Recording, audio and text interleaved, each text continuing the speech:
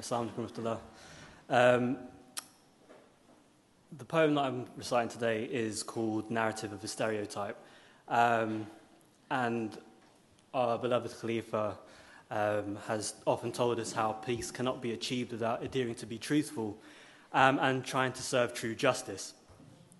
This poem was inspired by a friend of mine who posted an article on social media in the wake of many terrorist attacks in Orlando, Turkey, Bangladesh and France that basically criticized and blamed Islam as the main reason for terrorism. Naturally, I disagreed, and my argument being that terming Islam as inherently evil is bigotry, perpetuating negative stereotypes. And of course, the current extremism that we see today is often compounded with socio-political factors, failed leadership, occupation, poverty, greed, money, etc. So it's not so black and white. So I was told to acknowledge the truth. I was asked whether I believed Salman Rushdie was a bigot, who, because of his satanic verses, attracted many so-called curses from so-called ayatollahs calling for his murder. I could have taken it that little bit further, about how it's ridiculous that an implication from fiction could warrant a crucifixion. Because in case you didn't know, in Islam, there's no compulsion in religion. Even if it was criticism, as some people were suggesting, it's just another opportunity to test my faith with. Mine is. I love questions. So I left fiction with fiction, because what I really wanted to say was to be careful with your diction, particularly when you say that it's not fiction.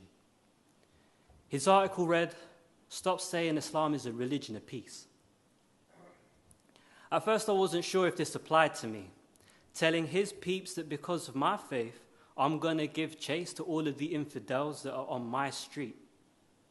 But it applied to me, and now I got beef. Because when you dig deep in its philosophy, Islam means peace. If it wasn't, I wouldn't be here saying my piece. Waging war with my pen, waxing lyrical, because the jihad of the sword is over, replaced by an army of intellectual soldiers, no borders, concerned only about making our minds that little bit broader, listening to the points of view from different shoulders. Revival of the fittest. Force can bend heads, but it can't change minds. And towards the Most High, our hearts must be inclined. But it means nothing without service to mankind. So we're taught to be kind, our manners refined, bearing in mind a noble example that left nobody behind. The greedy, the needy, the sick, the poor, those that abhorred for all he stood for. Even those from his home that they had once forced, the things that they did will make you sick to the core. Day to day he lived with death at his door. None of it mattered. Forgiveness he enforced. A living embodiment of hatred for none and love for all. A champion of rights with the treaties he signed. Our eyes see him as a sign of the heavenly divine. And it's fine. It's absolutely fine if you don't agree with this religion of mine. Just don't believe the hype. Don't believe the hype when they deny this history with lies to legitimize more strife and misery. A resounding victory for those looking to top up salaries by selling weaponry for more warmongery. All the while they conflate my faith with a faithless enemy. It takes energy to stand up for what you believe in. But be careful. What you've been reading has a profound effect on how you see things.